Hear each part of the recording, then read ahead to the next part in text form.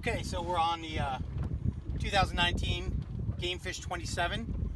I'm going to make a correction to my last video. This is a new hole for 2019. It's actually 9'9" beam.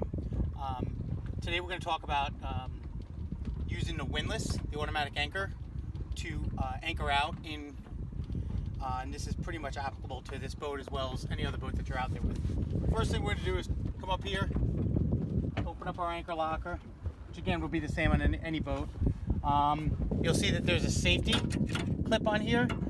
We have to unclip that first and move it out of the way to make sure that it doesn't get caught up in the windlass. And it's important to have that on because if you're running and your anchor releases, it could cause a lot of damage. So you're always going to make sure when you secure your windlass that you put that anchor on there. Okay, this boat is equipped with 2 foot controls as well as a switch at the helm. So for right now, on our purposes, we're in about, what, 8-9 feet of water? 8 or 9 feet of water. We're headed into the wind right now, so the wind's on our bow blowing straight at us, which is the way we want to anchor. And what we're going to do is we'll release here, and I'm going to hit the down button here. And this is going to release the anchor. I have to give it a little push to get it down. And you'll see it'll start coming down.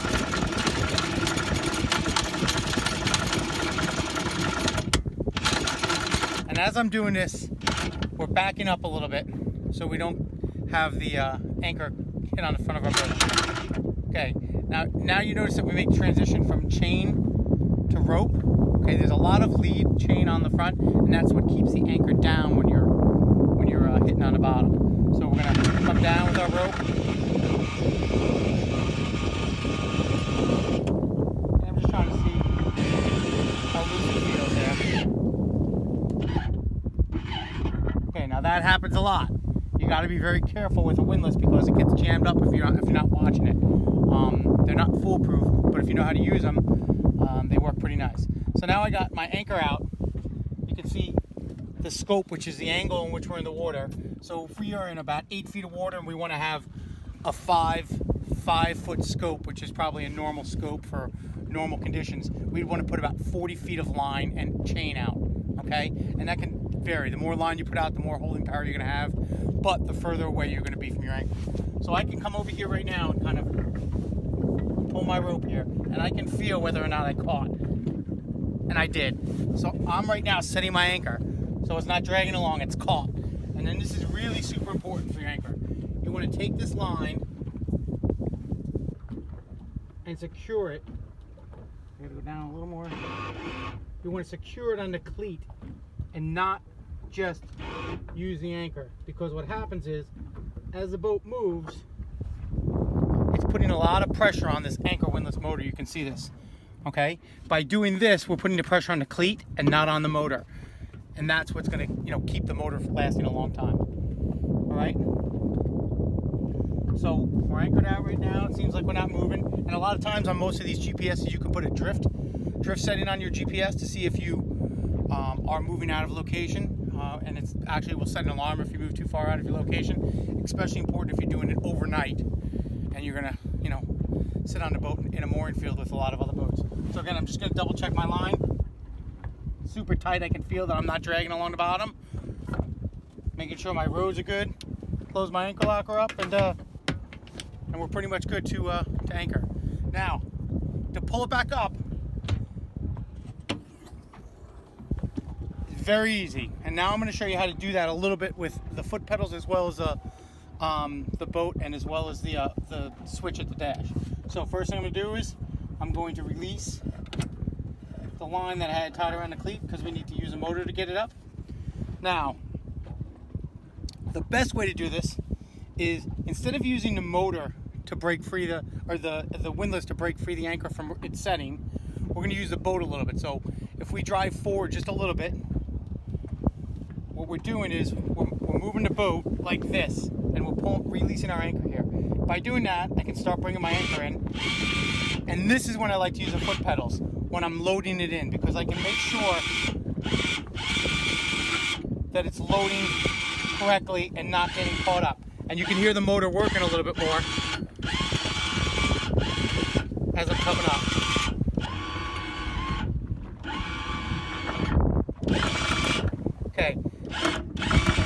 once we get to the chain, everything goes a little bit easier because the chain grabs on that windlass. It doesn't get dry. It's the same uniformity around the whole entire windlass. But if you come back here, I'll show you how we can do this on the dash as well.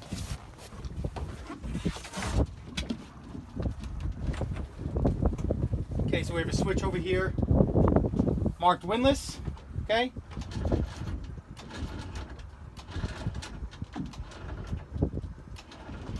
And I can hear it coming up. Now, since we have a new boat, we're gonna go up front and pull the anchor up so we don't scratch the front of the boat ourselves here. Oh, going the wrong way here. So if you take a look at this, see how it got jammed up a little bit? If it does get jammed up, it's always going to be at the rope and the chain mix. So what you want to do is go back down.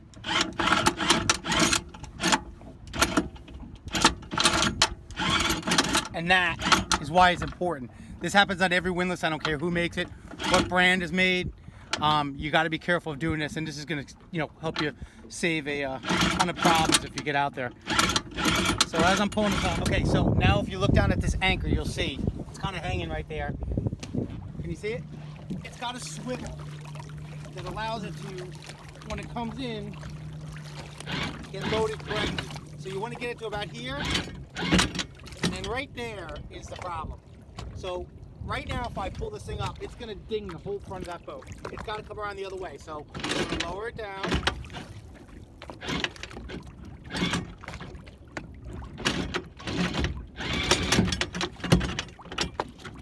So you'll see what happens here. Now, I can actually reach over here and just turn it, or you could just go slowly. So now I'm going to come up nice and slow. I don't want to jam it in here. That's it, nice and tight.